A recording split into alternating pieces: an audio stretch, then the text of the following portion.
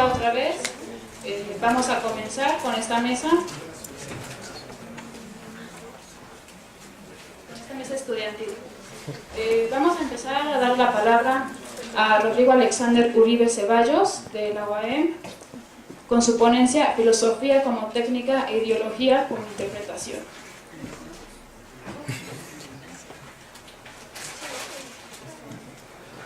Yo voy a leer mi ponencia, entonces voy a leerla como muy rápido para que me dé tiempo de decirlo todo. Pero se entiende. Introducción. Las disciplinas humanas, las humanidades, pueden pensarse como una técnica para producir discursos. Para ser preciso, habría que hablar de técnicas, puesto que cada disciplina tiene sus características propias en cuanto a su metodología. La nuestra, la filosofía, puede servir de ejemplo para pensarlas a todas en general, a sabiendas de que poseen sus distinciones que bien pueden o no coexistir en una investigación.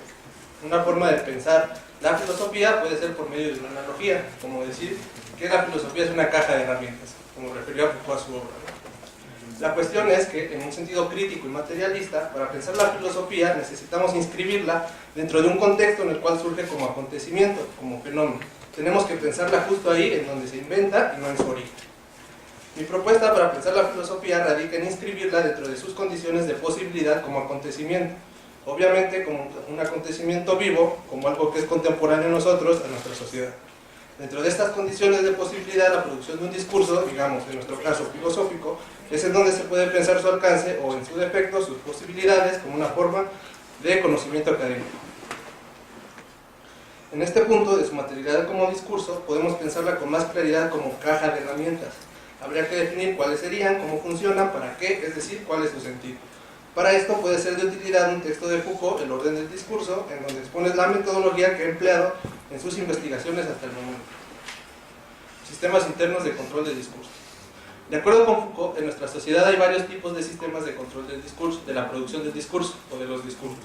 Unos internos y otros externos. Estos últimos son los sistemas de exclusión de la prohibición, la locura o la verdad, que son los temas que he tratado, y los primeros son los sistemas de control interno, como el comentario, el autor y la disciplina, y solo me interesan los sistemas internos.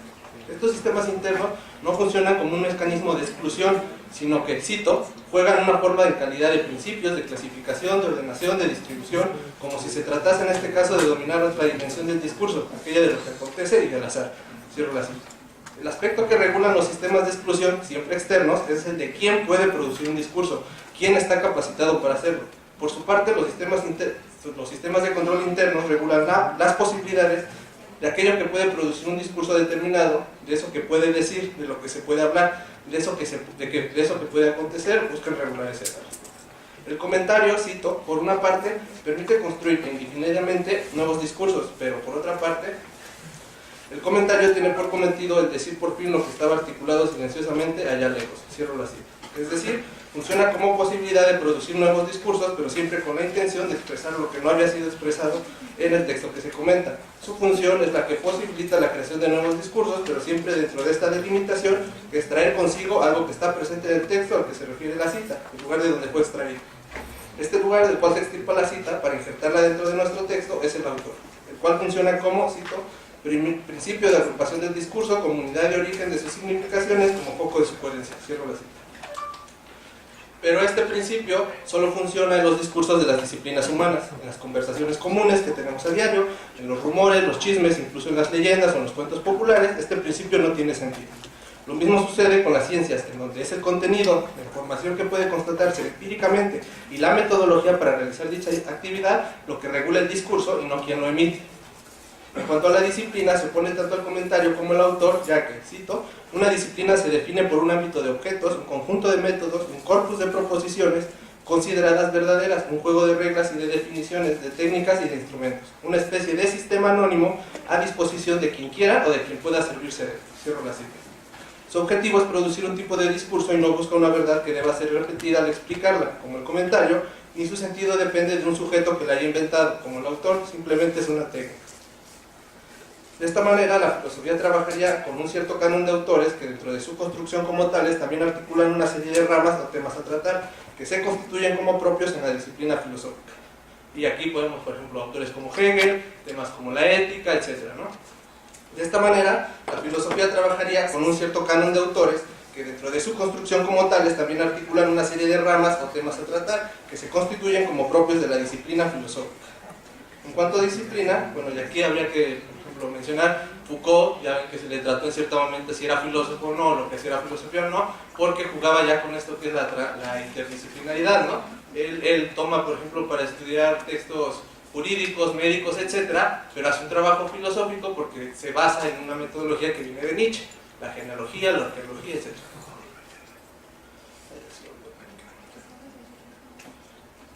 En cuanto a disciplina, se pone tanto el comentario.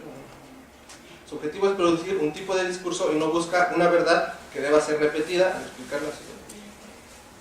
De esta manera, la filosofía trabajaría con un cierto canon de autores que dentro de la construcción como tales se articulan con una serie de ramas o temas a tratar. En cuanto a disciplina, y esto ocurre en general en las humanidades, su función es agrupar este canon de autores con sus ramas, temas, junto a cierto grupo de reglas y herramientas de una metodología que reconoce como lo esencial de su trabajo.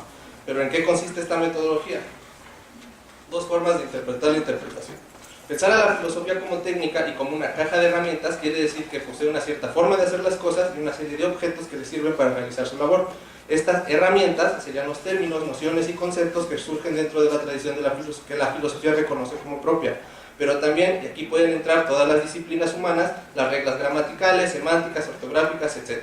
Las herramientas que se utilizan son variadas y se comparten en un primer momento en aquellas que corresponden al lenguaje y su uso general, pero se van especializando de acuerdo a cada disciplina. Y ese es el objetivo de los conceptos, es una especialización lingüística que le sirve a cada disciplina para hacer su trabajo, ¿no? En cuanto a la filosofía, la interpretación es un factor fundamental de su forma de trabajar, y es que cuando hablamos sobre algo o escribimos, es decir, cuando emitimos un discurso, es imposible evitar que las palabras que usamos se malinterpreten, es decir, que se les dé un sentido distinto al que queríamos darle, ya sea por utilizarlas de manera inadecuada, por desconocerlas, por inventarlas o por el motivo que sea, y esto por parte de quien habla y de quien escucha. El problema de la comunicación es un problema de interpretación y en este sentido la filosofía es de suma importancia, pues depende netamente de la comunicación en cuanto a su medio principal para funcionar es el lenguaje. Siguiendo a Derrida en su texto La estructura, el signo y el juego en el discurso de las ciencias humanas, la tradición occidental ha pensado la interpretación en relación estrecha a un centro regulador de la estructura en la cual surge. Pensando la estructura como un sistema, este sería determinado por el centro, el cual es inmóvil y por lo tanto se sustrae al juego mismo del movimiento del sistema o estructura. Esta forma de pensar el juego corresponde al, cito, concepto de un juego fundado, constituido a partir de una inmovilidad fundadora y de una certeza tranquilizadora que por su parte se sustrae al juego. Cierro la cita. Esta tranquilidad corresponde a la angustia de saberse implicado en el juego, de existir como estando siempre dentro del juego, y funciona por medio de la seguridad del final de su término. Es una interpretación que podemos llamar cerrada.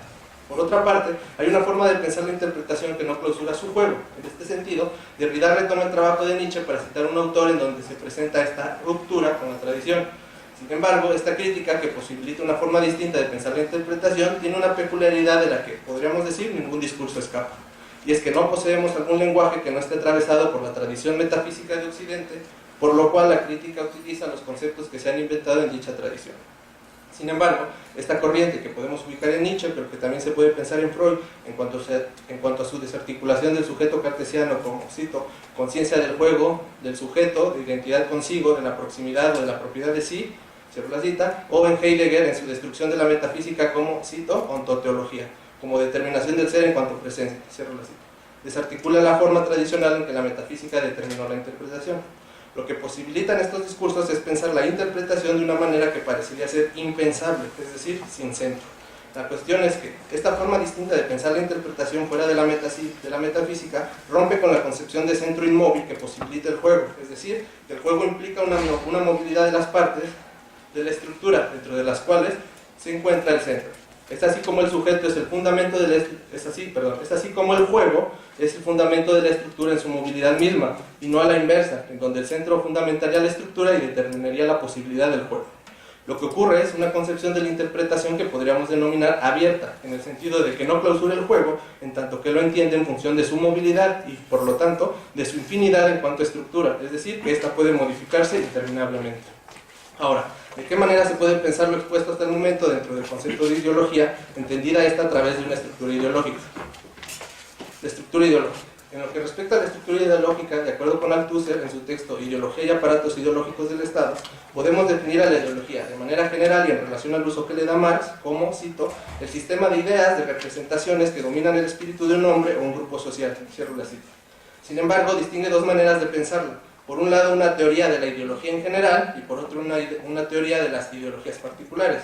Estas últimas responden siempre a posiciones de clase, por lo cual varían según las formas de producción de la sociedad, con lo cual no es posible pensarlas más que en su particularidad y en relación a algo que les es externo. Sin embargo, en cuanto a la ideología en general, es posible encontrar la forma en que funciona y que serviría como fundamento para pensar cada ideología particular. Y una primera cuestión que plantea es que la ideología no tiene historia. Esto no quiere decir, y aquí cita a Freud cuando define al inconsciente como eterno, que trascienda la historia, que esté situado más allá de ella, sino que está presente en toda la historia. Que este concepto refiere a algo, cito, omnipresente, transhistórico y por lo tanto inmutable en su forma en todo el transcurso de la historia. Cierro la cita. La ideología se entiende solo en su relación atemporal con el sujeto, ya que es el reconocimiento ideológico lo que lo constituye como tal. Dicho reconocimiento consiste en la interpelación que la ideología hace al individuo y al cual responde, reconoce, constituyéndolo así y constituyéndose como sujeto. Pero no es que exista un individuo en determinado momento que pasa a ser sujeto en otro tiempo, sino que toda ideología se dirige siempre a los sujetos, reconociéndose la interpelación, por lo cual, cito, los individuos son siempre ya sujetos. Cierro la cita. Y esa ideología se constituye en sujeto de dos maneras, por este reconocimiento en donde los individuos devienen sujetos y por su función dentro de la estructura ideológica como el, cito, sujeto único y absoluto, con mayúsculas, que ocupa el lugar único del centro, con mayúscula, e interpela a su alrededor a la unidad de individuos como sujetos, con minúscula, y que da la garantía absoluta de que todo está bien como está y de que, con la condición de que los sujetos reconozcan lo que son y se conduzcan en consecuencia, todo irá bien. Este conducirse de acuerdo con la interpelación que realiza el sujeto, con mayúscula, tiene que ver con la materialidad de la ideología, que son las prácticas sociales, o del sujeto, con minúsculas, pero también aquello que se reproduce en dichas prácticas. De esta manera, cito, la ideología es una representación de la relación imaginaria de los individuos con sus condiciones reales de existencia, cierro la cita. Es decir, es una representación de las formas en que la existencia de los sujetos surgen y de cómo es posible que acontezca. Ahora, es importante puntualizar que salir de la ideología es algo muy complicado, si no imposible. En primer lugar, nos topamos con la cuestión de que la ideología niega su carácter ideológico, no dice yo soy ideológico. Para esto, según Althusser, habría que situarse dentro de la ciencia. Obviamente piensa que la objetividad del conocimiento científico sale de la estructura ideológica por su no subjetividad. Sin embargo, en cuanto a discurso, podemos pensar que es ideológico en tanto que interpela a un sujeto, con minúscula, el lector, y lo hace de manera que busca obtener un reconocimiento. Por eso dice que, cito, tanto el autor como el lector de estas líneas viven espontáneamente o naturalmente en la ideología. La estructura ideológica estaría constituida de la siguiente manera: por un sujeto que realiza una interpelación a un número indeterminado de sujetos, los cuales se constituyen como tal en el reconocimiento que efectúan cuando responden.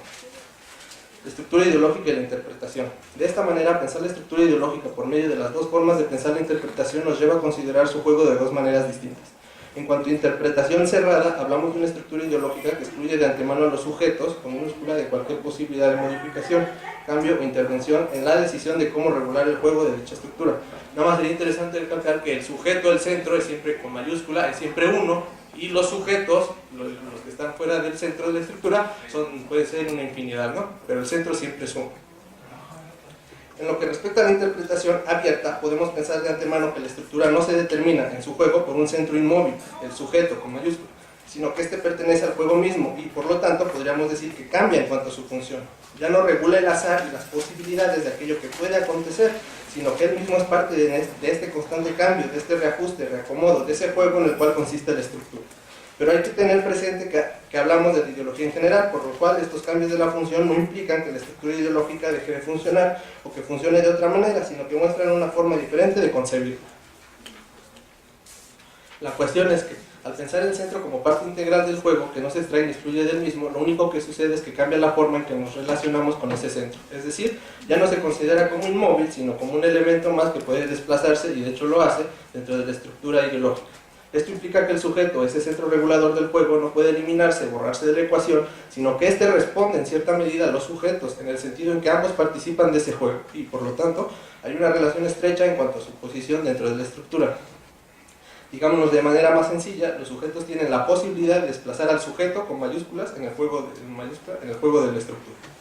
Ahora, ¿qué implicaciones tiene lo expuesto hasta el momento con la ética entendida como disciplina que estudia el comportamiento humano para determinar su axiología? Bueno, malo, justo, injusto, correcto, correcto, etc.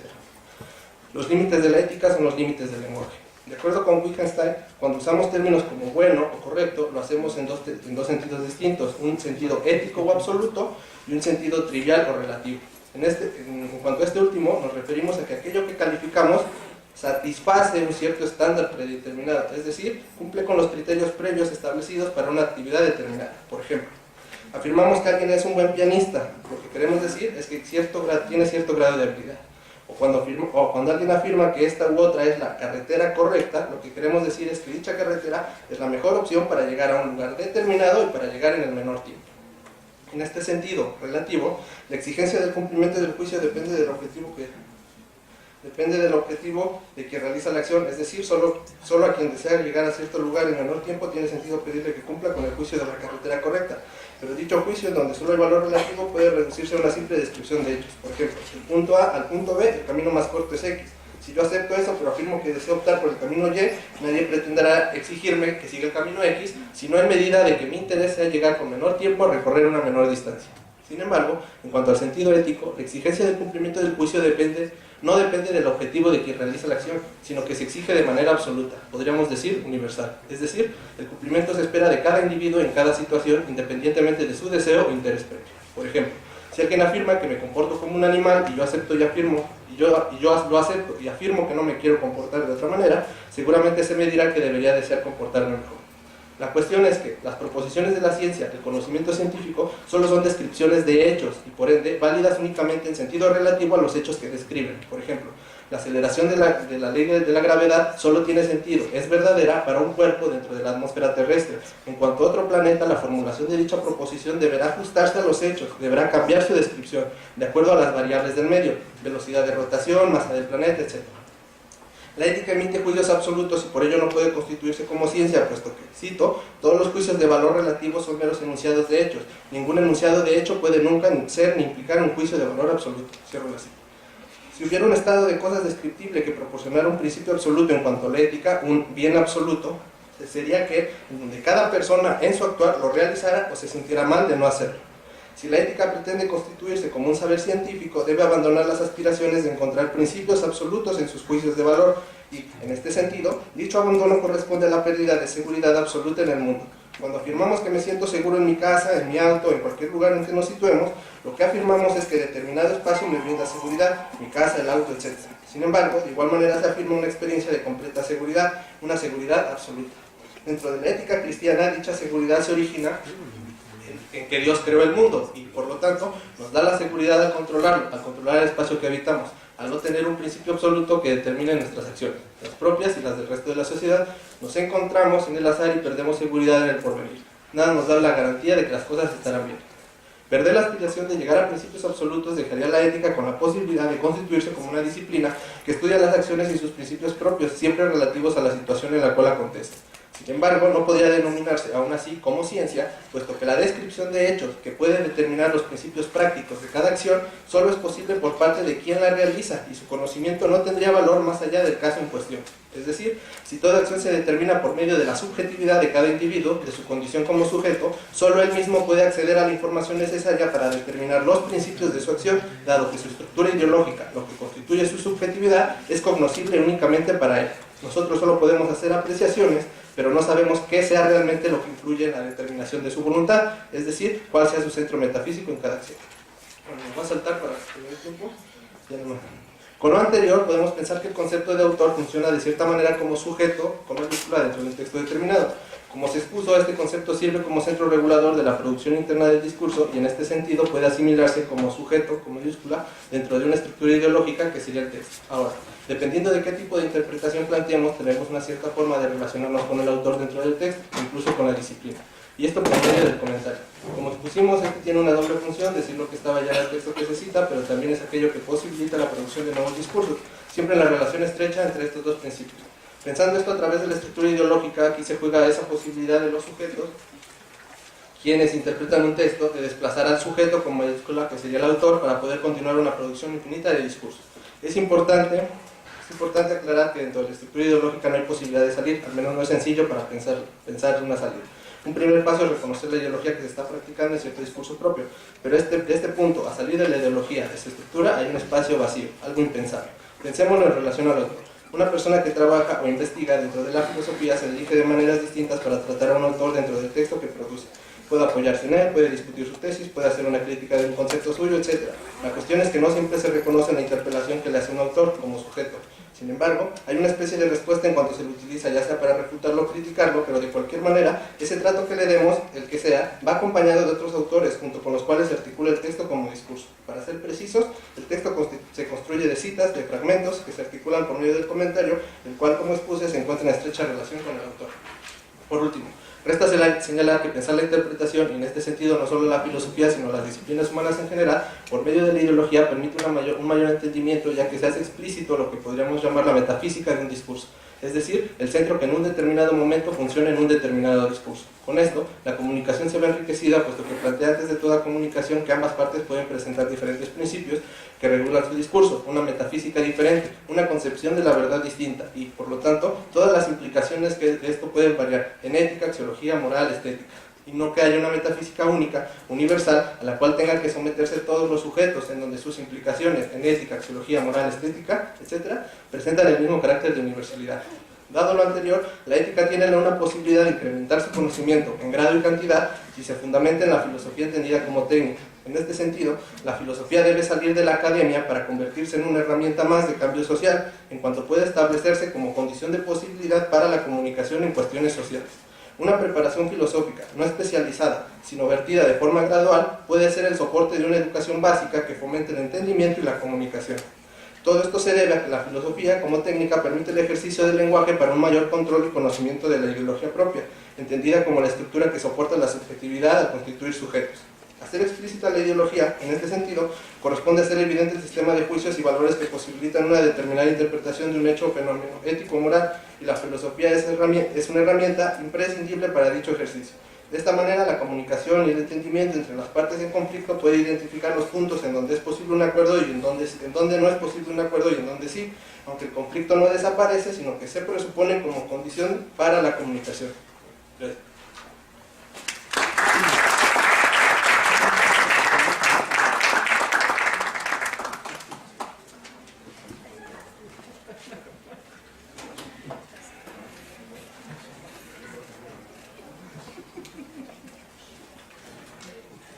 Bueno, ahora le damos la palabra a la maestra Verónica Matilde Sánchez de la UNAM con su ponencia Tradición o Modernidad, Eclecticismo, Ciencia y Filosofía en los Virreinatos de la Nueva España y Perú.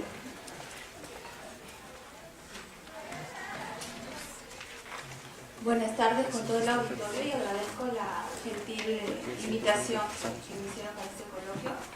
Bueno, como ya dijo la moderadora, el título es Tradición o Modernidad, Eclecticismo, Ciencia y Filosofía en los Virreinatos de Nueva España y Perú.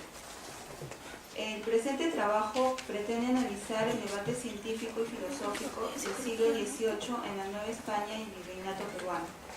Siendo nuestra investigación en un marco histórico amplio, señalamos que en Europa ciertos estudios historiográficos distinguen entre una ilustración radical y una moderada. La ilustración radical, anidada en Francia, tuvo como meta principal lograr cambios significativos en la política, buscando de este modo acabar con regímenes absolutistas, y tuvo un enfrentamiento directo con el sistema dogmático religioso. Propuso sistemas teóricos, metafísicos y científicos basados en la razón deductiva. Por otro lado, la ilustración moderada tuvo sus raíces en Inglaterra, que dio más importancia a la observación y experimentación, y no hubo enfrentamiento directo con la Iglesia. Lo anterior nos lleva a afirmar que la introducción de la filosofía moderna dada en España sería moderada, en el sentido que habría permitido mantener intocado el régimen monárquico y resultaba compatible con la religión oficial. Esto permitió la idea de un Dios hacedor providencialista, cuya manifestación en la naturaleza la hacía misteriosa, capaz de esconder sus mayores secretos a la inteligencia humana. Esto para demostrar los límites humanos. Así pues, Estas condiciones permitieron que se dé el eclecticismo en España. El principal interés de los eclécticos fue el de introducir las teorías modernas sin menoscabo de la dogmática religiosa.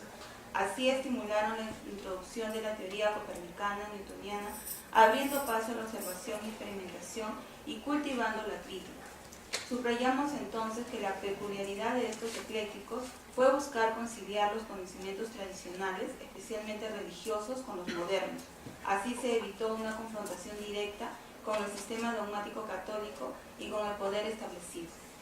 Las condiciones o circunstancias históricas en la América española fueron distintas, pues la preocupación fue lograr la autonomía política, es decir, la independencia, y el eclecticismo que difundía una autonomía racional mediante la propagación de teorías científicas modernas encajaba con este ideal, pero siempre tratando de conciliar razón y fe.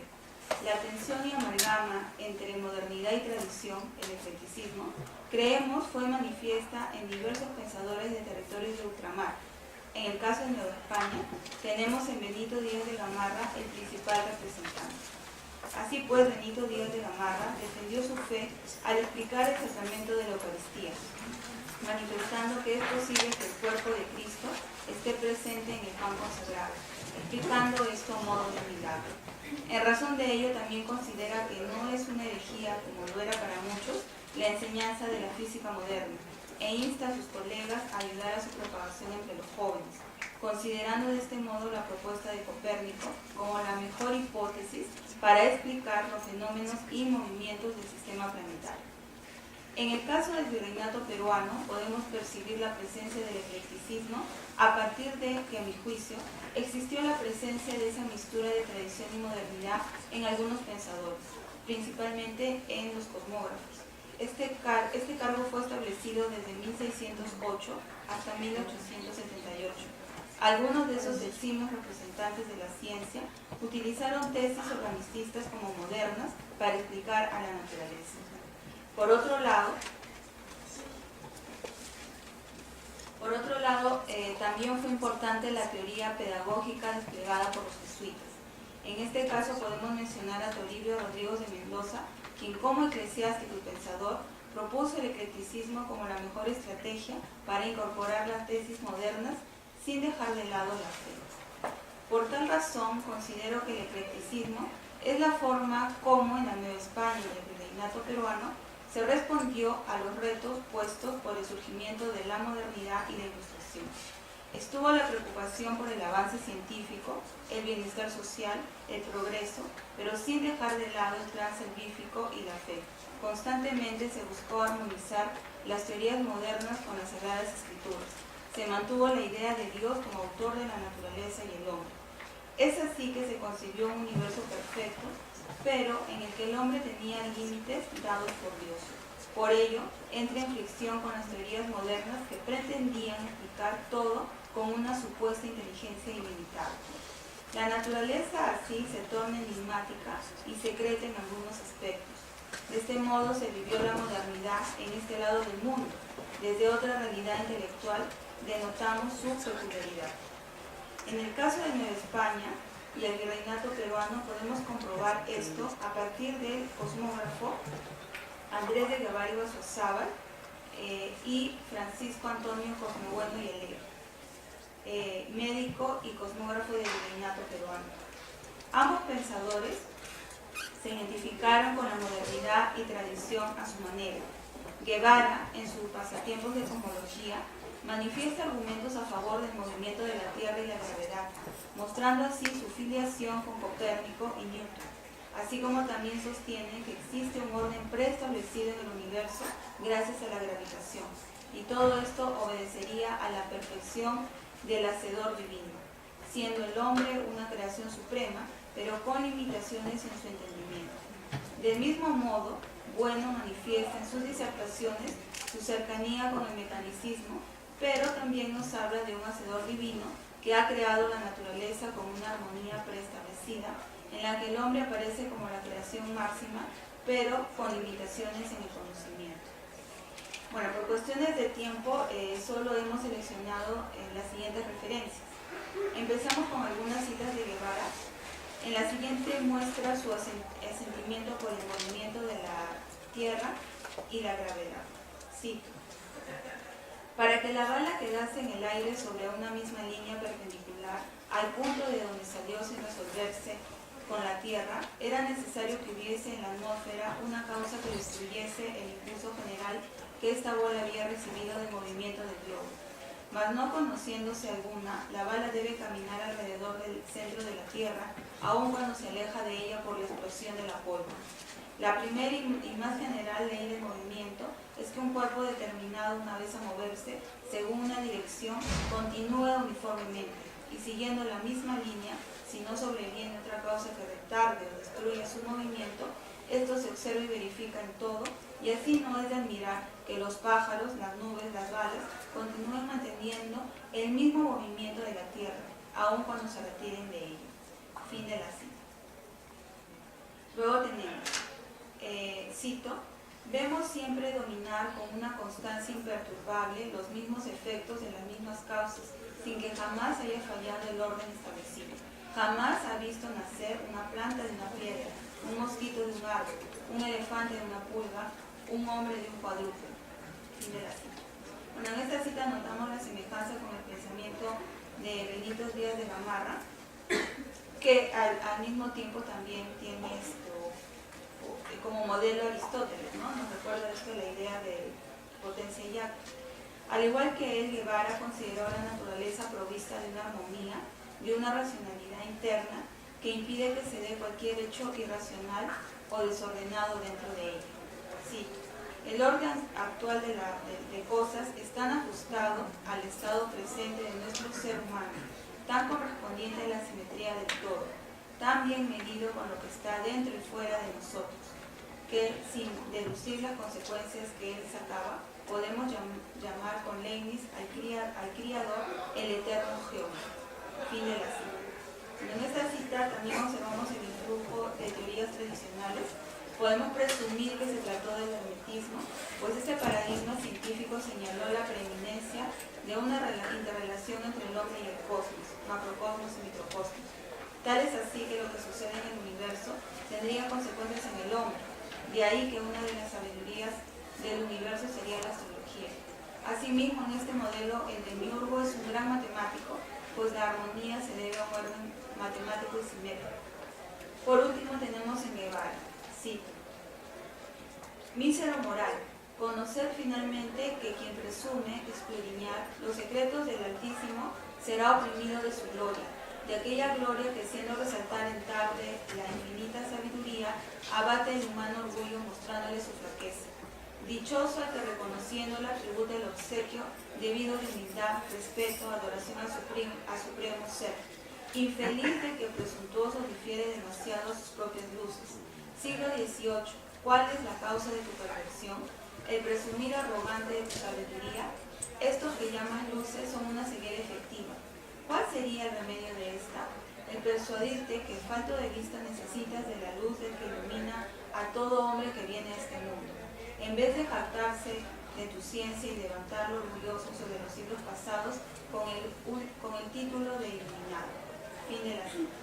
Bueno, en esta cita seguimos apreciando también la influencia del hermetismo en el sentido de que la naturaleza estaría para reconocer la grandeza de Dios, pues es reflejo de lo divino, y el hombre está dotado para reconocer tal grandeza, para así reconocer también la grandeza divina.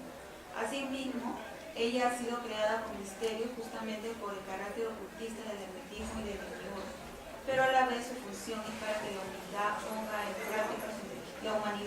ponga en práctica su inteligencia y pueda cumplir la meta de entrar en armonía con la divinidad y la naturaleza, para así lograr la concordancia entre el demiurgo, el macrocosmos y el microcosmos. Notamos que en parte el cristianismo es deudor de algunos de estos principios. Proseguimos con algunas citas de Bueno. En esta primera referencia nos muestra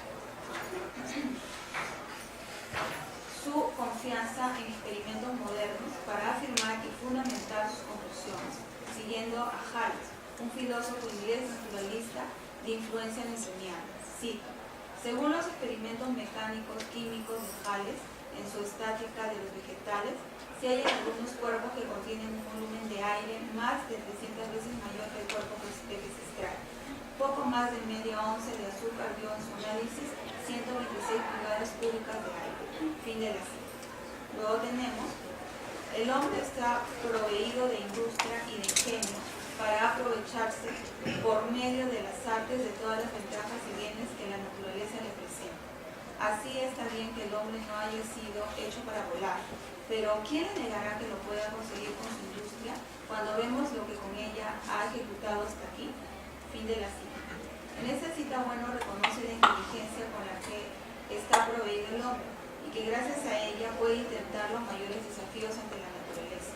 Sin embargo, esta naturaleza ha sido fabricada para que el hombre reconozca la dignidad e infinitud divina y la compare con la racionalidad finita humana. Por ello, a pesar de los mayores esfuerzos, el hombre, por ejemplo, jamás podrá volar. Sí, porque Dios, por un efecto de su sabia y benéfica providencia, puso para nuestra conservación entre nuestro elemento y el de las aves un coto invencible, un muro inexpugnable que no se destruirán jamás por más máquinas que inventen la industria y el poder. Siempre resistirán a sus esfuerzos y llegarán a ser desesperación todos sus conatos. Conténtense pues con el lugar que les distribuyó porque siempre los ejemplaren sus esfuerzos en querer vencer este imposible. Manifestarán su insensatez y su ilusión. Fin de la cita. Así pues, esta naturaleza ha sido creada armónicamente y para no quebrar tal armonía, cada ser debe permanecer en sus propios fines y o lugares de acuerdo a la concepción aristotélica, su telos. Intentar ir más allá de ello ocasionaría un desequilibrio tal que la racionalidad de Dios no lo habría de permitir. Por otro lado, en sus reflexiones acerca del agua, si bien la define como corpúsculos, es decir, átomos, y por ello suponemos la influencia mecanicista en este pensador, también está presente en sus meditaciones la presencia de teorías tradicionales, como es el caso de hacer referencia a la teoría hipocrática de los humores. Cito: la razón de tan buenos efectos del agua consiste en que nuestra salud depende principalmente de la expedita e igual circulación de los humores, y para esto se requiere que estén fluidos y disueltos, de modo que por su gratitud no retarden su movimiento ni se detengan en ninguna parte. ¿Y qué cosa hay más eficaz ni más doméstica para conservar y reducir los humores a una debida fluidez que el uso del agua caliente? Fin de la cita. De este modo también podemos advertir en este pensador un eclecticismo en el desarrollo de sus ideas, por su esfuerzo de conciliar tradición y modernidad, y porque también es deudor de la tradición cristiana mediante su valoración de Dios y sus reflexiones.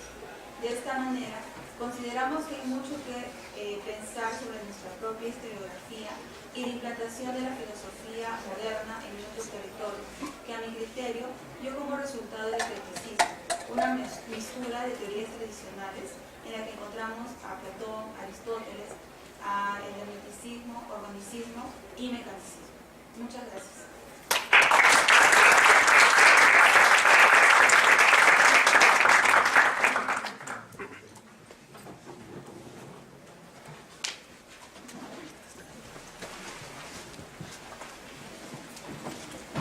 Ahora le damos la palabra al maestro Alan Martín Piscote Quispe de la UNAM con su ponencia Probabilismo, Providencialismo y Tradición Republicana en México y Perú.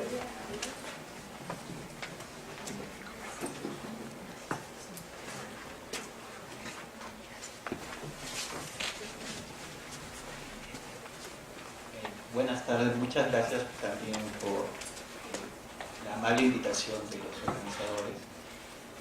Bueno, esto es el resultado de reflexionar más allá de un trabajo historiográfico de historia de las ideas en el posgrado de estudios latinoamericanos en la UNAM. Lo que me interesó fue primeramente estudiar a dos autores del liberalismo mexicano y peruano.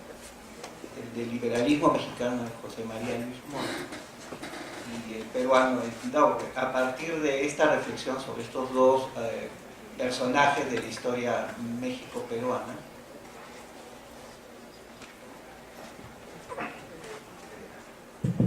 es que, bueno, resultó este tipo de reflexiones, ¿no? Porque como sugería el primer expositor,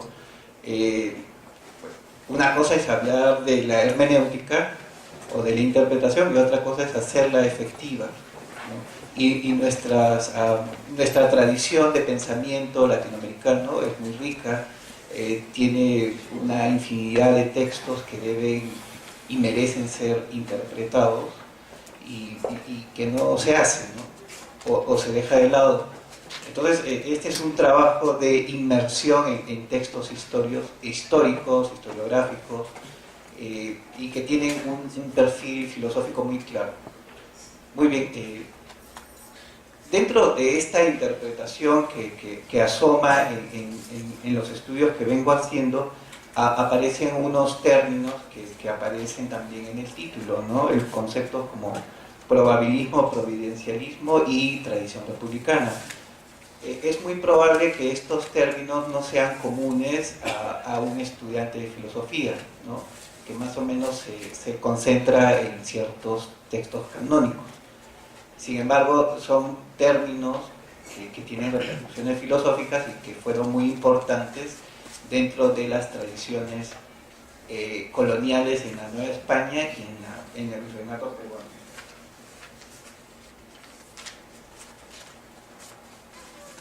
Muy bien. Pero el término que más me ha interesado es el de tradición republicana. ¿Qué es la tradición republicana? Hay algunos estudios ya que han resaltado esta existencia de una tradición republicana en los territorios americanos de ultramar, es decir, en los virreinatos de Nueva España y Perú, ¿no? En la época en que estos territorios estaban bajo el dominio de la monarquía hispana. Creemos que no se ha discutido lo suficiente acerca de las repercusiones de esta tradición. Como saben muy bien aquellos que se interesan por la hermenéutica y la interpretación, el concepto de tradición es muy importante, ¿no? Es central dentro de los estudios de hermenéutica. Entonces existe una forma de entender los textos y una forma de escribirlos que algunos historiadores y filósofos han llamado tradición republicana. Esta tradición republicana existió, al parecer, en los territorios de ultramar, en Nueva España y México. No, me gustaría, pero no soy el primero que lo dice. De hecho, ya hay estudios que han resaltado este punto. Ahora bien, lo que me gustaría pensar y reflexionar aquí junto con ustedes es cómo tal tradición se habría entrelazado con elementos centrales de las sociedades virreinales. Uno de ellos ya lo mencionó Verónica, es el concepto de providencialismo, ¿no? El otro concepto es el probabilismo. Probablemente son términos poco usuales y poco conocidos, ¿no? Pero sin embargo son muy claros cuando uno hace una interpretación directa de los textos coloniales. Ambos términos, providencialismo y probabilismo, fueron pilares centrales de las creencias y cosmovisiones de los intelectuales y de la gente que vivía en aquella época, en estos virreinatos. ¿Qué es el providencialismo? Seguramente si alguien conoce la obra de San Agustín o de Agustín de Hipona, tendrá alguna idea. El providencialismo justificaba el proyecto de conquista de la monarquía hispana en términos sagrados, es decir, es la intervención de Dios en la historia, ¿no? El monarca hispano justificaba la conquista justamente con la idea de que Dios había elegido como instrumento de propaganda católica al monarca español. Entonces así se sacralizaba la conquista, ¿no? Muy bien, el probabilismo probablemente sea mucho menos conocido, pero sin embargo fue un aporte de la ética y de la moral que surge en la escuela de Salamanca en el siglo XVI y que los jesuitas van a propagar, ¿no? ¿Qué es el probabilismo? Nace como una discusión teológica en esta escuela de Salamanca, pero rápidamente adquiere perfiles morales. ¿En qué consiste la moral probabilista? Que es una moral que subsiste todavía en las sociedades latinoamericanas, ¿no? Y no sé si es una ideología, pero es una moral, ¿no? Es una moral presente. ¿Qué significa el probabilismo? Bueno, el probabilista sostiene lo siguiente: ante un caso moral, ¿no?, cualquiera, tienes dos opciones, A y B. Muy bien. Cualquiera de las dos es probable. Entonces lo lógico sería que uno escoja lo más probable, ¿no? Pero el probabilismo jesuita sugería que uno puede escoger lo menos probable. Por eso se llama probabilismo. ¿Por qué razón probable? Por lo siguiente, ¿no? Porque si Dios no ha determinado algo con claridad, y Dios está presente en la Biblia, si no lo dice la Biblia, entonces es discutible, es probable, ¿no? Entonces hay muchos textos coloniales que discuten probabilísticamente asuntos que a nosotros nos parecerían idiotas en esta época, pero que en esa época eran muy importantes, ¿no? Por ejemplo, se me ocurre la discusión sobre el uso del velo en las mujeres en aquella época. Las mujeres usaban un velo de tal manera que solo se veía un ojo, ¿no? Entonces la discusión era si debían usarlo o no. Entonces hay dos caminos: que sí deben usarlo o que no deben usarlo, y cada uno, digamos, defendía los puntos de vista, ¿no? Había otra discusión que también puede parecernos banal, que era la discusión sobre si el chocolate rompe o no el ayuno. ¿Por qué? Porque el ayuno se supone que es, digamos, dejar de comer grasas, ¿no?, carne, pero sin embargo sabemos que el chocolate tiene grasa. Entonces, si uno consume chocolate durante el ayuno, está rompiendo con el ayuno, ¿sí? Era una discusión moral. Entonces, lo contrario de un probabilista es un rigorista, o sea, alguien que dice, no, hay que cumplir con la ley, ¿no? En cambio, el probabilista dice, no, tú puedes encontrarle como la manera de torcer la ley, ¿no? Y ese tipo de usos morales siguen siendo actuales en los países latinoamericanos. Probablemente sean la raíz de la corrupción de las instituciones y de la vida pública en muchos países latinoamericanos. Muy bien, ese tipo de moral es una moral que es herencia de la orden jesuita, no solo en la ciencia, como decía Verónica, sino también en la moral y en la política, probablemente. Entonces, ¿cuál es la relación entre la tradición republicana con el providencialismo y el probabilismo? Eso es lo que yo intentaba reflexionar, ¿no? Pero para eso debería explicar un poquito qué cosa es la tradición republicana, ¿no? Muy bien, esta tradición republicana, que como le digo, es un término de la hermenéutica, es decir, los que han hablado de la tradición republicana fueron ingleses, porque si bien existe toda una tradición continental que el expositor mencionó, de hermenéutica, también existe una hermenéutica analítica, ¿no? Y probablemente sean estos autores de la analítica hermenéutica o de la analítica seca los que han propuesto la existencia de una tradición republicana. Esta tradición, dicen ellos, se remonta a las obras de Platón y Aristóteles, ¿no?, especialmente a la del último, a la de Aristóteles. Se suele considerar que alcanza su repunte, su más alta expresión con el Renacimiento, ¿no? El autor más conocido, el historiador inglés más conocido, o bueno, del reino británico más conocido de la tradición republicana, que lo expone con claridad, es Pocock, ¿no? También Skinner. En la versión de Pocock, el discurso republicano se despliega desde el Renacimiento, se introduce en la Isla Británica, tuvo un papel preponderante en la Revolución Inglesa del siglo XVII, ¿no? Luego, este discurso, esta tradición republicana, se importa a la independencia americana de fines del siglo XVIII y también a la Revolución Francesa de fines del siglo XVIII. Entonces, el impacto de la tradición republicana en términos historiográficos ha sido muy grande, según estos autores. Pero, ¿en qué consiste finalmente la tradición republicana?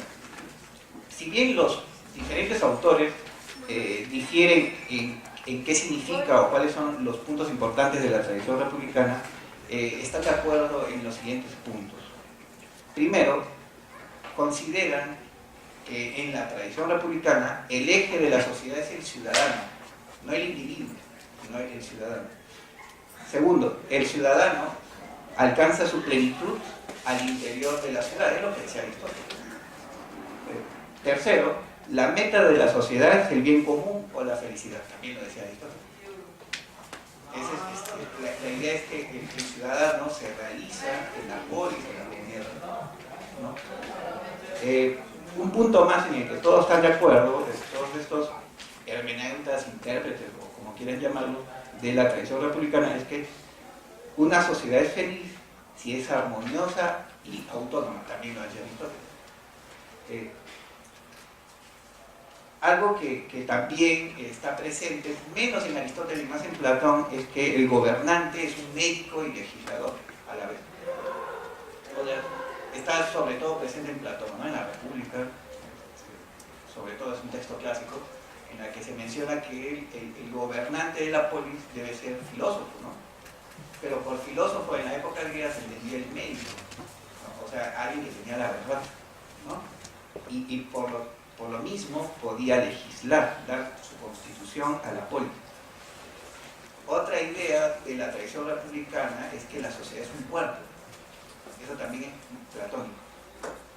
O piensen en un cuerpo humano, ¿no? Hay una jerarquía, ¿no? La cabeza que manda, los pies que sostienen y producen, bueno, los pies que sostienen, los brazos que producen, ¿no? Es una sociedad aristocrática, ¿no? Porque el que manda, manda por naturaleza. ¿No? Los pies no pueden estar en la cabeza y la cabeza no puede estar en los pies, o sea, hay un orden natural, ¿no? Entonces, en la tradición republicana está la idea presente de que la sociedad, la polis, es un cuerpo. Por eso se llama también tradición organicista. Luego hablan de un pacto entre la cabeza y el cuerpo, ¿no? El pacto social. Tú eres cabeza, tú mandas mientras cumplas con encontrar o buscar la felicidad, el bien común del cuerpo en su totalidad, ¿no? Está presente en Platón, Aristóteles, forma parte de las ideas más importantes de la tradición republicana, ¿no? Y tercero, ¿cómo garantizamos que el gobernante y que el ciudadano vivan en armonía dentro de ese cuerpo social? Si cada uno es virtuoso. El concepto de virtud, que también es una herencia griega, ¿no? La arete, es la idea de que la cabeza es virtuosa en tanto que manda para buscar el bien común. O sea, si solo busca su propio bien, no es virtuosa la cabeza, ¿no? No debería mandarse, la debería cortar. De hecho, los de la escuela de Salamanca hablaron de eso. Si el rey no cumple con su función, debemos cortar la cabeza.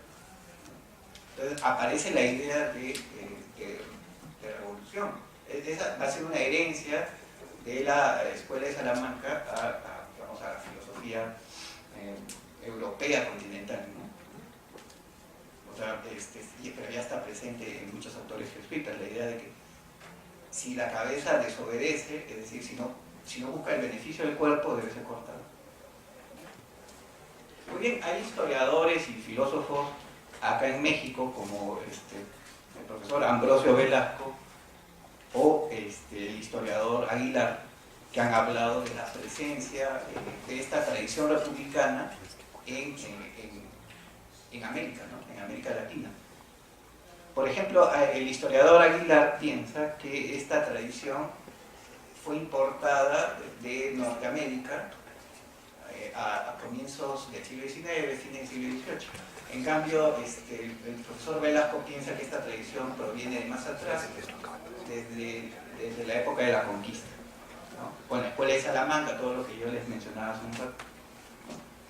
Pero, claro, difieren de manera importante, ¿no? O sea, lo que está diciendo Aguilar es que no hay una tradición republicana previa al siglo XVIII, ¿no? que es una importación norteamericana. En cambio, lo que está pensando Velasco es que pues, hay una propia tradición republicana en los territorios de la Nueva España y del Perú. Sea cual sea que tenga razón, yo pienso, por ejemplo, mi opinión es que Velasco tendría razón y que Aguilar debería estudiar los textos coloniales, ¿no? Pero sin embargo, los dos están de acuerdo que existe una tradición republicana, con todas las características que he mencionado antes. Entonces, pero de lo que no hablan ni Velasco ni Aguilar es y cómo la tradición republicana armoniza con estos otros dos conceptos, el providencialismo y el probabilismo. Porque estos dos conceptos fueron funcionales a la ética, a la metafísica, a la ontología, a la sociología, en fin, a todo el saber colonial. Un intelectual colonial aceptaba y asumía conceptos del discurso, digamos, teológico de la época, en la que el providencialismo y el probabilismo eran muy claros. Entonces, ¿cómo armoniza la tradición republicana con providencialismo y probabilismo? Sabemos que el probabilismo es una suerte de herramienta de la teología moral o casuística, ¿no? Tiene que ver con los casos de conciencia, como les decía hace un momento, ¿no? O sea, ¿cuál era la labor del teólogo? Tú ibas con un caso moral, ¿no? No sé si ser fiel a mi esposa o no, que me gusta esta otra chica. Entonces, ibas con un caso moral, ¿no? Lo que no estaba en discusión las normas morales, lo que estaba en discusión era cómo aplicar esas normas morales a caso, lo que se llama casuísmo. Entonces, el probabilismo es una herramienta al interior del casuísmo, ¿no? Entonces, el casuísmo, el probabilismo son ideologías en el sentido moderno del siglo XVIII, ¿no? Forman parte de nuestras herencias tradicionales, culturales. Eso es lo que debería hacer una seria interpretación de los textos coloniales, tal como se ofrecen en su complejidad, en su dificultad. Muchos de ellos están en latín. Pero si no se hace eso, simplemente vamos a estar hablando en abstracto y no vamos a conocer nuestra propia tradición. Para no cansarlos más, me permito terminar con una reflexión final. Creemos que la presencia del discurso republicano en la tradición social y cultural hispanoamericana tuvo un rol preponderante porque ayudó a revolucionar, subvertir las actividades de los estatutos inmorales y la dogmática de la Iglesia Católica. Es decir, la tradición republicana en su momento fue subversiva, fue revolucionaria. ¿Se acuerdan que Hernán Cortés llega y funda una ciudad? Y con eso él justifica su acción, porque él desobedeció al gobernador cubano. O sea, desobedeció al rey. Desobedecer al rey es como desobedecer a la Virgen. Entonces, ¿cómo hizo él? Funda una ciudad. Es la ciudad, el cuerpo de la ciudad que lo elige como cabeza, que ya está justificado. Esa es tradición republicana. Entonces, la tradición republicana fue revolucionaria en su momento, ¿no? Ahora, la pregunta es, ¿esta misma tradición republicana puede mantener ese nivel de subversión? ¿Puede ser aún revolucionaria? Y lo pregunto por lo siguiente, ¿no? Al parecer, en la época actual, el discurso republicano ha aparecido con fuerza en algunos países latinoamericanos, como el caso de Bolivia, Ecuador y quizá Venezuela también, ¿no? Pero sobre todo está muy presente en los discursos de Bolivia y Ecuador, que hablan mucho de refundación, ¿no? Y la refundación es un concepto republicano. Entonces la pregunta es, al ellos asumir un discurso republicano, ¿no estarán pensando en todo lo demás, ¿no? Por ejemplo, providencialismo y probabilismo. O sea, muchos de ellos, por ejemplo, donde era más claro para mí, por lo menos, es en Hugo Chávez. Era prácticamente un líder iluminado, providencialista, ¿no? Entonces, el discurso republicano en su momento fue útil, fue subversivo, pero la pregunta es si lo sigue siendo, si ayuda en estos momentos digamos, a ejercer un nivel de revolución y de cambio social real, ¿no? Entonces, estudiar nuestras tradiciones, nuestros textos, con ánimo filosófico, hermenéutico, interpretativo, puede ayudar a responder a preguntas contemporáneas, ¿no? Entonces, la idea es no hacer un estudio historiográfico por el mero hecho de hacerlo, ¿no? Para que quede guardado en las estanterías, ¿no? En la biblioteca, sino que sean material para reflexionar nuestros problemas más recientes, nuestros problemas contemporáneos, ¿no? Entonces, si eso no hace la filosofía, la hermenéutica, la interpretación, entonces nuestro lugar como amante de la filosofía, entonces acabaría, ¿no? Y dejaríamos de ser útiles para la ciudad, para decir en términos republicanos. Bueno, muchas gracias.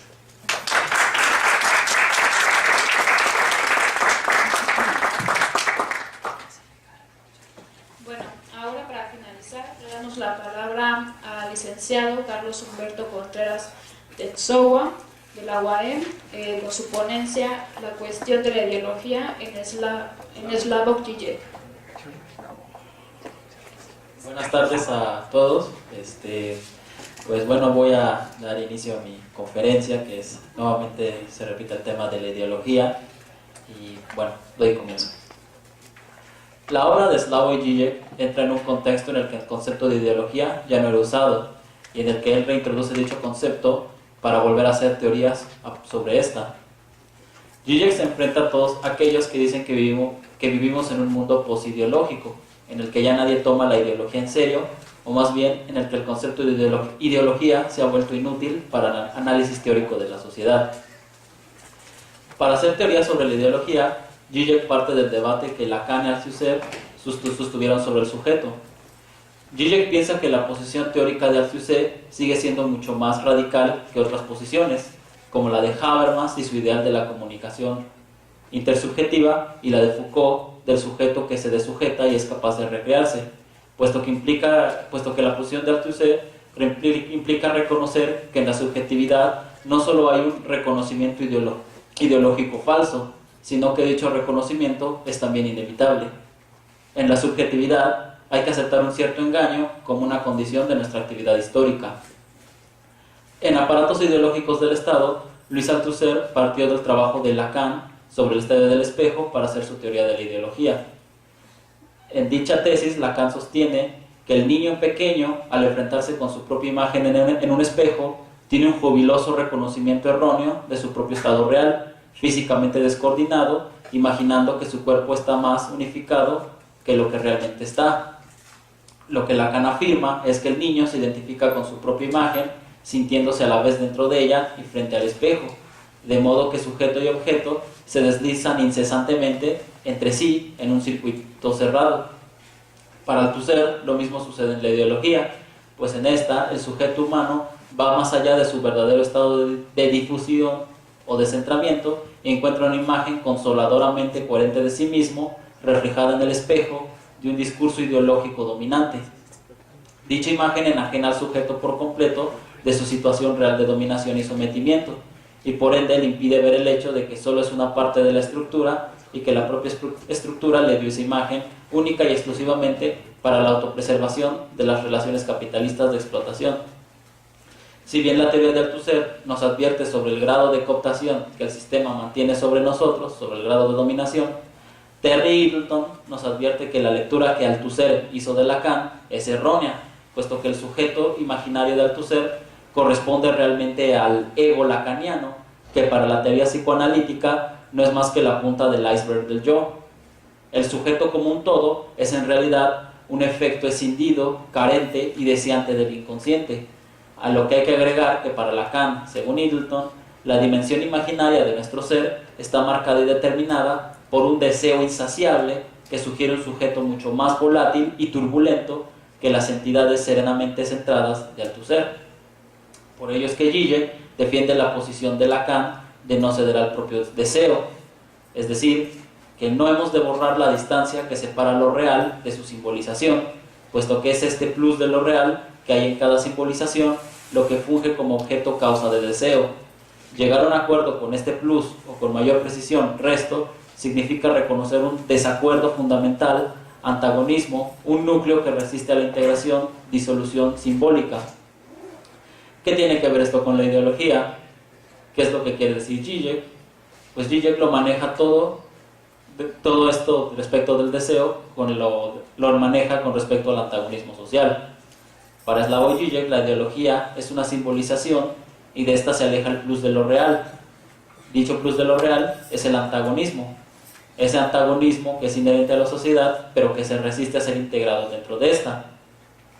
La finalidad de la ideología es encubrir este antagonismo, excluirlo, presentarlo como algo ajeno, pero que al mismo tiempo la corroe. Cualquier lucha política busca combatir a dicho antagonismo, pero lo que Zizek dice es que todas esas luchas son una multitud de respuestas al mismo núcleo imposible real. Toda lucha social piensa que combatiéndola, la sociedad dejará de ser antagónica, y eso para Zizek es un error, puesto que dicha posición es incapaz de ver que no hay solución ni escape. Lo que hay que hacer no es superarla, abolirla, sino llegar a un acuerdo con ella.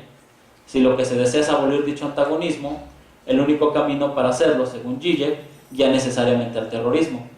Toda sociedad es antagónica, y dicho antagonismo es ese plus de lo real, que es un desacuerdo fundamental, y que es esa fuerza que corroe a la sociedad y que le es inherente, que le es un monstruoso exceso ante el cual la ideología siempre trata de introducir una apariencia de plan armonioso, así como de dominar, contener, reducir a un nivel soportable su inconmensurabilidad.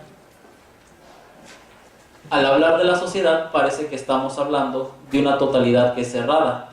Pues bien, la finalidad de Zizek es demostrar que lo real, el antagonismo, es precisamente lo que impide a la realidad social objetiva constituirse como una totalidad encerrada en sí misma. Y la labor de la ideología consiste en hacer simbolizaciones siempre nuevas por medio de las cuales uno intenta integrar y domesticar a este antagonismo. Ahora bien, Zizek es consciente de que el concepto mismo de ideología siempre ha sido problemático, como lo hemos estado viendo en estas conferencias, puesto que parece implicar que hay alguien que está ideologizado y alguien que no lo está, alguien que está dominado por la ideología y alguien que puede ver la realidad tal cual es. De acuerdo a Zizek, ese ya no es un problema que su teoría tenga, ya que el punto de referencia extraideológico que nos autoriza a denunciar el contenido de nuestra experiencia inmediata como ideológico no es la realidad, sino lo real reprimido del antagonismo. Por eso es que Zizek ya no hablará de eso de quién está ideologizado y quién no, más bien hablará de ser capaz de ver, de que uno sea capaz de ver lo que es reprimido por la ideología, de ser capaz de ver a la ideología. El método de Zizek nos sirve para entender fenómenos como el racismo y los actos de odio que éste acarrea, los cuales, lejos de ser cuestiones sin relación al sistema político y social, son cuestiones inherentes a dicho sistema. El truco ideológico del racismo, que en el caso de Zizek sería propiamente el racismo europeo, pero puede aplicarse también a otras formas de racismo u odio. El racismo consiste en desplazar el antagonismo social a un antagonismo entre el tejido social congruente, el cuerpo social sano y una fuerza ajena que la corroe y destruye, queriendo hacer parecer con ello que no es la sociedad la que es imposible, la que está basada en el antagonismo, sino que la fuente de corrupción está localizada en una entidad particular. En el caso europeo, esa entidad particular es el judío. La labor de la ideología es presentar a un culpable externo de que la sociedad no se pueda cerrar como un todo armónico. Y en el caso del racismo se presenta al otro, al negro, al judío o al mexicano, como el culpable de la deformación de la sociedad, cuando en realidad es la misma sociedad la que es de por sí antagonista, la que es de por sí imposible. Para Zizek, la verdad del sistema y de toda sociedad se presenta en dichos fenómenos como el racismo, pero también en fenómenos como las guerras o los disturbios sociales. Un ejemplo que nos sirve para entender la ideología y el modo de operar del racismo es el caso de, ahora que está un poco de moda, sería el caso de Donald Trump. Este desea ser presidente de Estados Unidos y en su llamado para que voten por él, culpa a los mexicanos de los males de Estados Unidos, dando a entender que con ello, que el día que no haya mexicanos u otros inmigrantes latinos, o que se cree un nuevo muro fronterizo, Estados Unidos recuperará su fuerza y esplendor. Trump quiere culpar del antagonismo que impera en dicho país a una fuerza externa. Culpa a los mexicanos que asesinan y violan de la corrupción de su país, y no al antagonismo social, que es eso que se reprime y que es propio de dicho país y es propio del sistema económico y político que ellos manejan. Con ello, Trump no hizo sino repetir el truco ideológico por excelencia y que Zizek nos enseña a entender. No basta decir que ese fue el mismo truco que Hitler usó contra los judíos.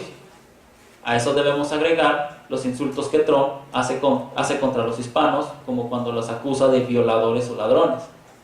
Tales insultos son ideológicos sin importar si en verdad es cierta la acusación que se les hace a los hispanos.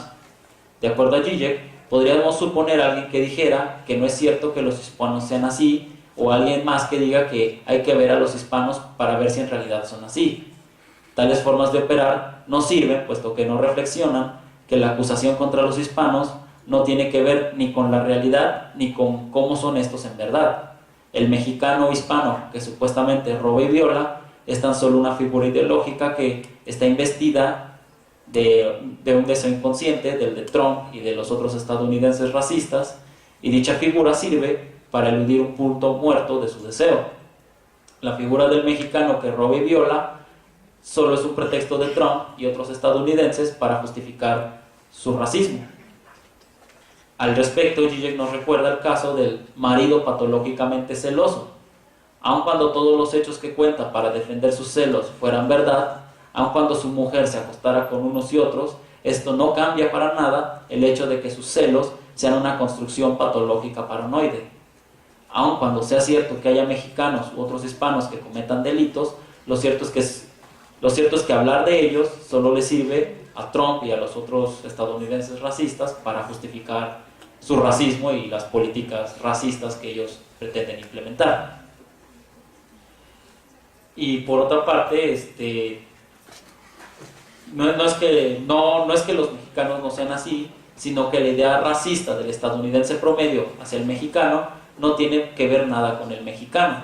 Dicha figura, y de hecho todas las figuras ideológicas, por ejemplo el negro, el judío, el árabe, el asiático, y todas esas figuras que usamos simplemente son para justificar un racismo y para remendar la incongruencia de nuestro propio sistema ideológico. Si de acuerdo a Zizek la sociedad es imposible, pues dentro de esta hay un deseo que la atraviesa y esta termina provocando su imposibilidad, a esto debemos agregar que el único modo en que la sociedad se puede sentir posible es culpando a alguien de su imposibilidad, como el racismo de Trump contra los mexicanos. Al culpar al otro de la imposibilidad, la ideología sirve para enmascarar, llenar un cierto vacío, falta un lugar vacío en el otro. Al culpar a los mexicanos, los Estados Unidos logran evadir el vacío de su propia imposibilidad. Pero eso es para cualquier sociedad, o sea, no solo en los Estados Unidos, podemos pensar en la propia mexicana o en Europa. Pero para toda sociedad y para todo sujeto es imposible enfrentarse a tal vacío, y por ello siempre hay un culpable, por ejemplo el mexicano, y este constituye el único soporte positivo de nuestro ser, el único punto que da congruencia al sujeto o a la sociedad. A ese soporte Lacan lo llamó síntoma, y con este evitamos la locura, escogemos algo en vez de nada. Entre esa nada incluye el autismo psicótico radical o la destrucción del universo simbólico. Por medio de vincular nuestro goce a una determinada formación significante simbólica que asegura un mínimo de congruencia a nuestro ser en el mundo. El racismo y otras formas ideológicas similares no son sino una defensa contra la destrucción del universo simbólico. Y lo mismo sucede a nivel del sujeto, cuando uno tiene, como este ejemplo del marido patológicamente celoso, de otras cosas, ¿no? Que no sé, tengo miedo a volar en un avión o cosas así, sirven para justificar ese vacío que uno tiene. Esto de los celos sirve para justificar todo eso. Para que no se crea que el análisis de Zizek se limita a países del imperio o del primer mundo, porque luego suelen decir eso, que su teoría solo se aplica para Europa o Estados Unidos y no para otras partes del mundo, traigamos su análisis a México. Al estallar las protestas por la desaparición de los normalistas de Ayotzinapa, hubieron muchas críticas a su alrededor, Personajes como Luis González de Alba, Rigoberta Menchú y otros, en diversos artículos o entrevistas, dieron a entender que los normalistas fueron asesinados porque se lo buscaron o porque eran delincuentes. A partir de lo dicho por Zizek, podemos decir que estas personas operan igual que el marido celoso. En realidad no les importa si los normalistas eran criminales o no, y tampoco les interesa saber qué ocurrió con estos. Sus simples declaraciones de que se lo merecían nos muestran el odio que sienten por estos, dando por hecho que lo hicieron e incitando con ello al odio al resto de la población mexicana. Con ello se olvidan del hecho de que aun cuando el normalista en verdad haya cometido delitos como de los que se le imputan, lo cierto es que lo que se les hizo fue un muy grave crimen de lesa humanidad. Y gracias a la imagen que construyen del normalista criminal, lo que logran González de Alba y Rigoberta Menchú y gente parecida es defender al Estado de los grasos errores de este. El Estado mexicano opera también con el mismo odio. Siente que la totalidad su cierre es imposible y culpa a las protestas por los normalistas y a estos de su falta de completud, sin darse cuenta que es su propia forma de operar la que es el problema. Opera al igual que Trump cuando este culpa a los mexicanos de ser la imposibilidad que impide a la sociedad alcanzar su plena identidad como totalidad cerrada y homogénea. Sin embargo, lejos de ser la causa de la negatividad social, tanto el mexicano en el caso de los estadounidenses como el normalista para el Estado mexicano, ambos son un punto en que la negatividad social adquiere su existencia real. Al haber sido reprimido, el antagonismo vuelve bajo una construcción paranoica, la cual provoca rechazo y fascinación al mismo tiempo, y a veces vuelve bajo el aspecto de apariciones espectrales. Esto se entiende aún más en el caso del normalista, puesto que no se sabe si está vivo o no, vuelve en forma espectral. El Estado mexicano, al ordenar campañas en contra de estos, no hace sino demostrar su temor, su huida ante el espectro, el cual no hace sino recordarle que la totalidad es imposible y que su caso es la prueba de ello. La desaparición forzada no hizo sino demostrar la forma tan brutal en que los antagonismos en México son reprimidos. También demuestra la forma en que el espectro del normalista hizo que la imagen de armonía que México tenía de sí mismo, o que pretendía tener de sí mismo, se borrara por completo. La ideología nos interpela a todos y quiere mostrarnos un mundo armónico. No obstante, el deseo que nos atraviesa y la forma violenta en que puede llegar a manifestarse hace que veamos a la ideología como una mera defensa contra la turbulencia de nuestro deseo. Y bueno, es todo.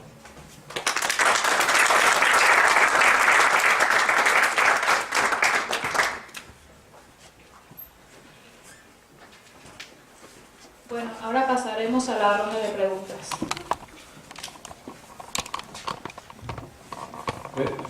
Sí, pues también igual que todas las mesas, muy interesante, como con una temática y hilo conductor particular. Y pues son comentarios y quizás alguna pregunta para, por ejemplo, para Rodrigo, muy sesuda tu ponencia. Y no, bueno, o sea, bueno, es para tener confianza, ¿no? De preguntar, de dialogar. Digamos, en términos de béisbol, primero te va una recta y luego un cambio de velocidad. Y la primera pregunta es, la filosofía podríamos tomarla desde tu discurso como una arquitectónica del lenguaje o de la ideología, o bien la pregunta es, no hay ideología sin filosofía, es como un binomio que va junto. Y la otra es el cambio de velocidad. O sea, podría restaurarse la comunidad que se genera mediante la narración, mediante el discurso filosófico, porque yo veo ahí un peligro, es cierto, hay una hermenéutica que significa, pero tú mismo como dijiste, aquí está el sujeto y aquí están los otros. No lo quiero distorsionar, sino más bien pensar en esto que también Benjamin señala en el narrador. ¿Sí? Anteriormente las narraciones formaban una comunidad, pero finalmente viene la información, el periódico, la novela de folletón, etcétera, etcétera, y esto se vuelve en un caudal de información donde lo que interesa es la mercancía, la venta, donde pues ya no hay una comunidad. O sea, es decir, yo leí tantas novelas y ahí las tengo en mi biblioteca y bla, bla, bla, pero no fundan. Entonces, o si da también para ahí la apuesta, ¿no? La reflexión, decir, bueno, mediante lo último que dijiste fue a mí lo que me sacudió, decir, bueno, efectivamente, mediante el discurso filosófico restaurar esa comunidad, y nada más como referente lo que señala Benjamin en ese ensayo. Y acá para Verónica y para Ara, me gustó mucho su ponencia y es bien importante y me recuerda algo que dice Kant en sus ensayos de filosofía de la historia, ¿no? En el de Ideas para una historia universal. Dice, bueno, esto respecto de la historia es lo que una cabeza filosófica puede pensar, pero por el otro pero debe estar bien informada en la historia. Y lo que ustedes hacen es bien importante, porque luego cuando se filosofa desde América, se desborda demasiado el entusiasmo, y se polariza o se hace el OSB imposible.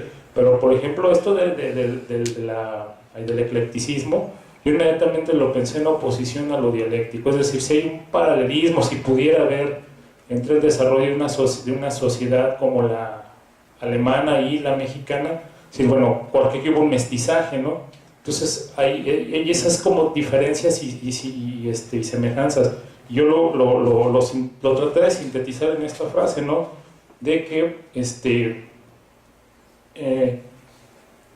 pues finalmente el filosofar desde nuestra América no rompe, pero sí subvierte los cánones de la sacrosanta filosofía occidental. O sea, es decir, no los quebra, pero sí los subvierte, entonces nos obliga a tenerlos en cuenta, a tener estas consideraciones.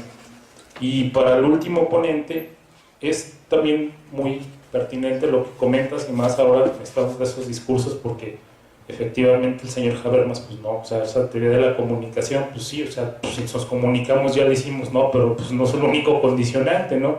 Entonces nos hace repensar, o nos hace replantear si vamos a leer, o como dicen por ahí, bueno, vamos a actualizar el marxismo, pues es esta lectura también de que la condicionante no es netamente económica, sino que también es ideológica, también hay de otros órdenes, pero no se excluye, o sea, es quizás predominantemente económica, pero no es absolutamente económica. Y ese solo es los comentarios y pues, las preguntas, y pues muchas gracias. A lo que decía, ¿sí se escucha? La primera pregunta, que si puede haber ideología sin filosofía o con filosofía. La ideología funciona de por sí, y cuando mejor funciona es cuando no sabes qué es esta ideología, ¿no?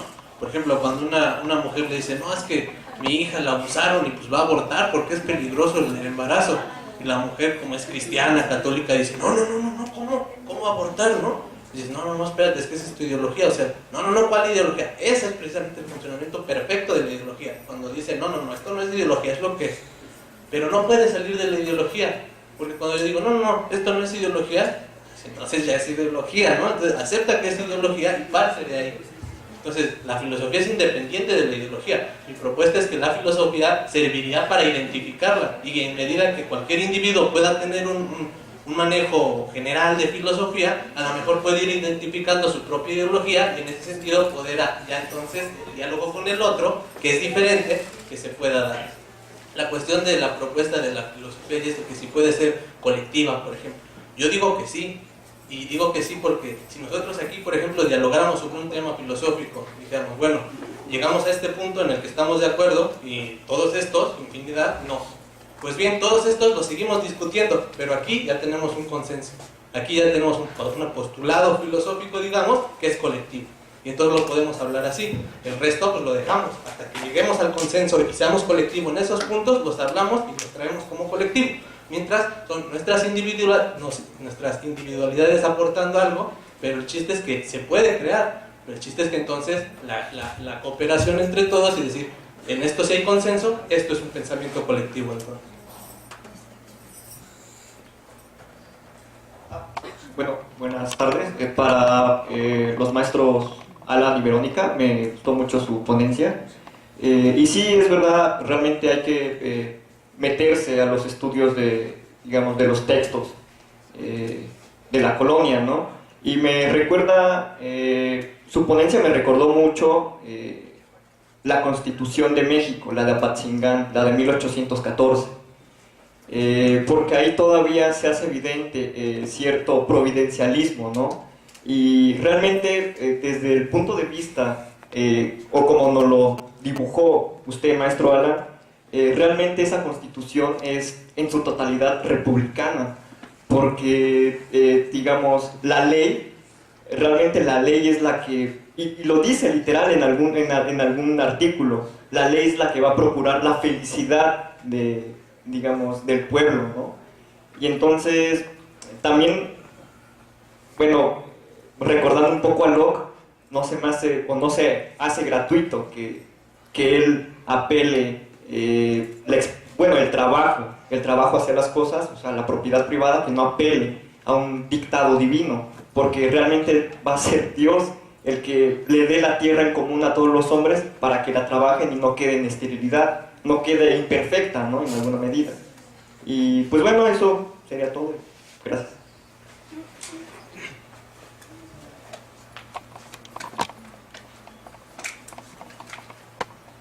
Bueno, entonces, visto que solamente quería agradecer los comentarios aquí de los compañeros y efectivamente en mi caso pues ese es el objetivo, ¿no? No personalmente, académicamente también, no me gusta caer en apasionamiento sin saber cuál es mi hilo conductor u horizonte. Y me parece que definitivamente nuestra historia, nuestra filosofía es distinta a la occidental, pero hay que revisar las bases para sobre eso poder construir algo novedoso. Muchas gracias. Sí, yo también agradezco los comentarios en vista de que, bueno, no es inútil este trabajo que venimos haciendo ya durante un buen tiempo, ¿no? Nosotros venimos de Perú, allí hicimos un trabajo colectivo sobre los textos coloniales del virreinato peruano y nuestra intención era dialogar ya con los textos que también me ha producido la tradición intelectual novohispana, ¿no? Y los entrecruces de estas herencias textuales son muy interesantes, ¿no? Tanto que en particular a mí yo siento que me desbordo un poco, es una tarea titánica de muchos años y hay muy poca gente dedicada a eso. ¿Por qué? Porque estamos, la formación filosófica en el Perú por lo menos es muy occidentalizada, ¿no? ¿Qué dijo Platón? ¿Qué dijo Aristóteles? O Foucault, en fin. Pero eso no tiene sentido si tú no, si estas herramientas textuales no te ayudan a descubrir cuáles son tus presupuestos, ¿no? Como cultura, como nación,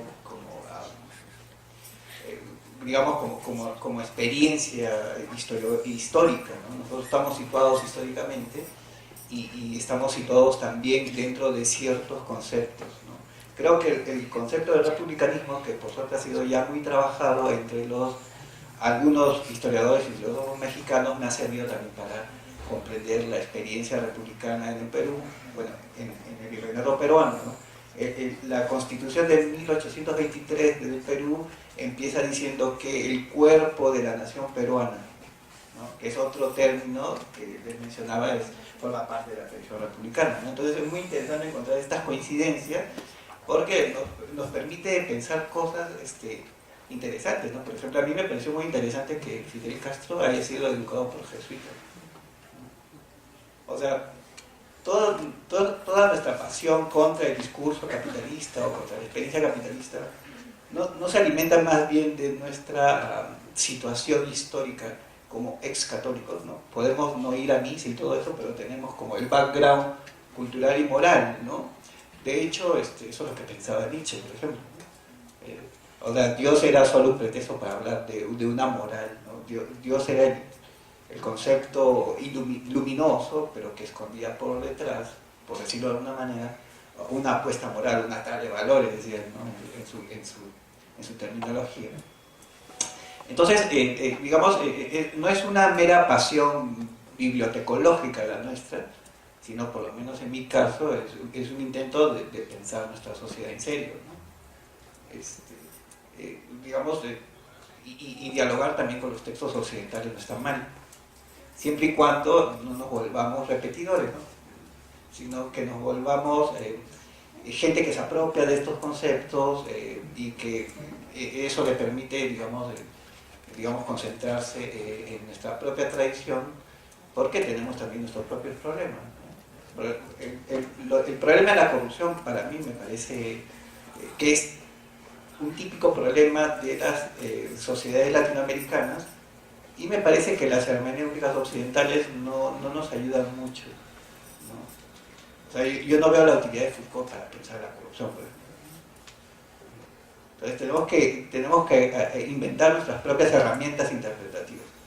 Y de hecho el republicanismo se preocupó mucho por la corrupción. De hecho, si ustedes lo notan, corrupción es un término médico, ¿no? Y está pensado para hablar del cuerpo social. Un cuerpo, la corrupción habla de una corrupción del cuerpo social. Es un cuerpo enfermo.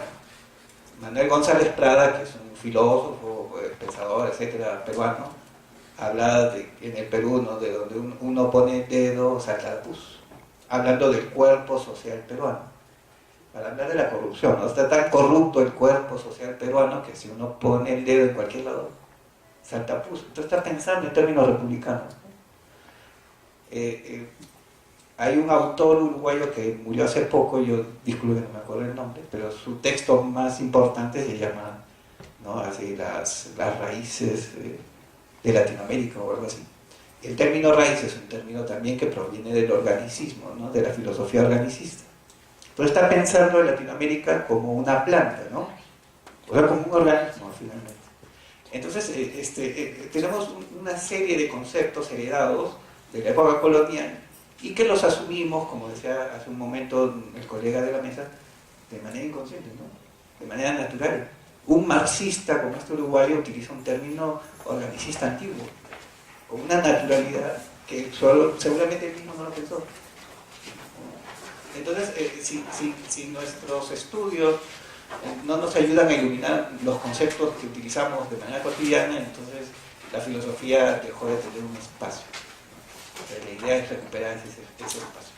Y creo que los maestros, filósofos mexicanos o peruanos en nuestro caso, fueron los que nos ayudaron a trazar esa tarea, y nuestro interés es continuar esa labor, ¿no?, con alguna seriedad. Bueno, entonces yo les agradezco profundamente la invitación y también los comentarios. Muchas gracias.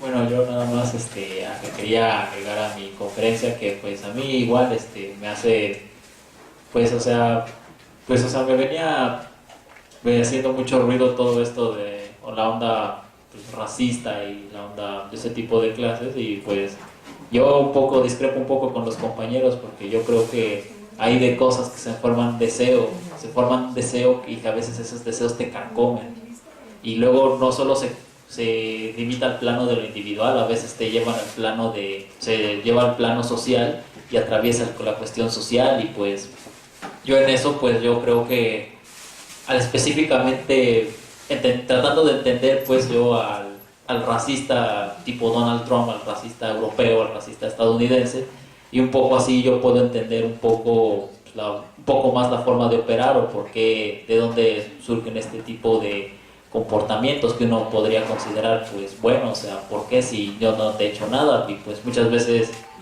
pues uno, no sé, puede cometer una simple equivocación, pero pues un racista siempre es culpable, pues él ya, de todos modos, él ya tiene el deseo inconsciente de que pues simplemente te odia, y cualquier cosa que hagas la va a usar para reafirmar su racismo, reafirmar su odio.